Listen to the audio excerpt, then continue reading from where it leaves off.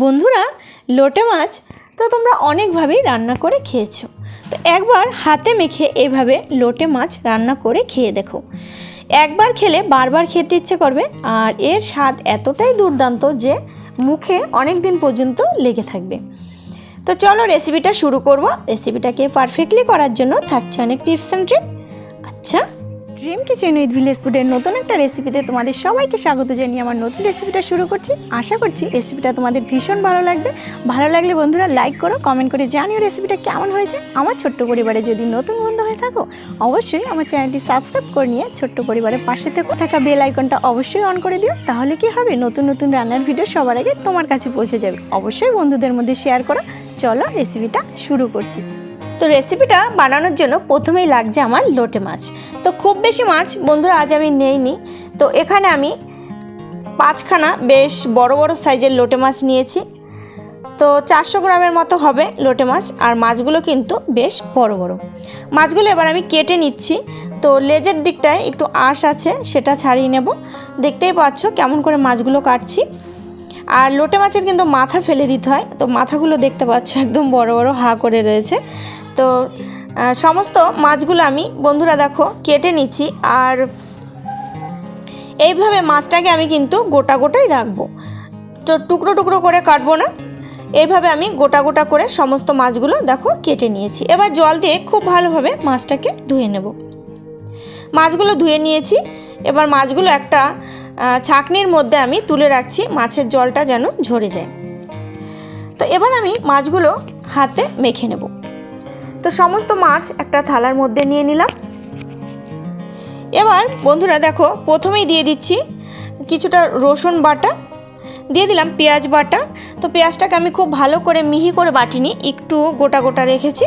এবার দিয়ে দিলাম আদা বাটা। আচ্ছা, এবার দেখো দিয়ে দিলাম আমি লঙ্কা বাটা। তো এগুলো তোমরা গুঁড়ো মশলা দিয়ে করতে পারো, আমি সব বাটা মশলা দিয়ে রেসিপিটা বানাচ্ছি। দিয়ে দিলাম টমেটো, আর দিয়ে দিলাম চেরা কাঁচা লঙ্কা, আর দিয়ে দিচ্ছি স্বাদ অনুযায়ী লবণ। আচ্ছা, এবার দেখো দিয়ে দিচ্ছি পরিমাণ মতো হলুদের গুঁড়ো, আর দিয়ে দেবো আমি কাঁচা সর্ষের তেল। তেলটা তোমরা বুঝিয়ে দেবে, আমি খুব বেশি তেল দেইনি, দেখতেই পাচ্ছ 2 থেকে 3 চামচ তেল দিচ্ছি। একদম অল্প তেল মশলায় আর বাটা মশলায় কিন্তু রেসিপিটা বানাবো। আর বাটা মশলার রেসিপি দেখবে সবগুলোই খেতে ভীষণ ভালো লাগে। তো খুব ভালো করে আমি মাছটাকে সমস্ত মশলার সাথে মেখে নেব। এখানে কিন্তু আমার আর কোনো মশলা লাগবে না। তো এই মশলাতেই মাছটা রান্না হবে। দেখতেই পাচ্ছ মাছটাকে খুব ভালো করে মেখে নিয়ে 5 মিনিটের জন্য একটু রেখে দিলাম। আর এদিকে এবার মাছটা রান্না করব। তো উনুনটা ধরিয়ে কড়াই বসিয়ে দিয়েছি, আর কড়াইয়ের মধ্যে আমি পুরো মাছটাকে ঢেলে দিলাম। এবার মাছটা একটু নেড়ে চেড়ে নেব, আর না নাড়লেও হবে, অসুবিধা নেই কোনো।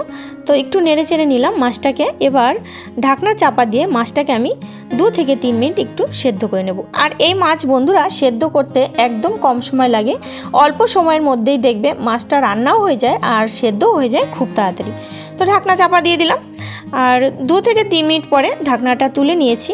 তো মাছের থেকে একটু জল বেরিয়েছে, আর এই মাছটা এবার আমি কাঁটাটা ছাড়িয়ে নেব। যার জন্য আমি মাছটাকে গোটা রেখেছিলাম, যাতে কাঁটাটা খুব ভালোভাবে ছাড়িয়ে নিতে পারি। তো দেখতেই পাচ্ছ আমি একটা চাকু নিয়েছি, এটার সাহায্যে মাছটাকে একটু ছাড়িয়ে নিয়ে তারপর কাঁটাটা তুলে নিলাম। একদম গোটা দেখো কাঁটাটা উঠে এসেছে। তো এভাবে কাঁটা ফেলে দিলে কি হবে, যখন খাবে তখন কিন্তু আর কাঁটাটা মুখে পড়বে না। এই একটাই বড় কাঁটা থাকে, আর যে ছোট ছোট কাঁটাগুলো থাকে সেগুলো কিন্তু মাছের সঙ্গেই খাওয়া হয়ে যায়, ওগুলো কিন্তু আর মুখে পড়ে না। তো একইভাবে বন্ধুরা আমি সমস্ত কাঁটা এভাবে ফেলে দিলাম।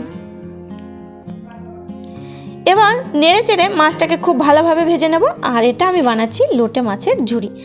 এই রেসিপিটা খেতে কিন্তু বন্ধুরা দুর্দান্ত হয়।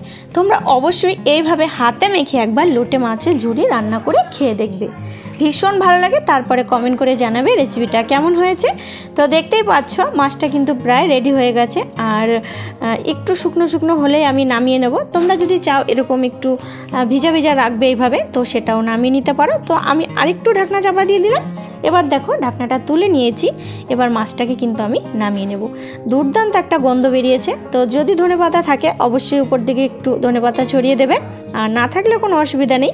তো নামিয়ে নিলাম, আর দেখতেই পাচ্ছ গরম গরম ভাতের সাথে কিন্তু জমে যাবে। তো নতুন একটা রেসিপিতে দেখা হচ্ছে, বাই।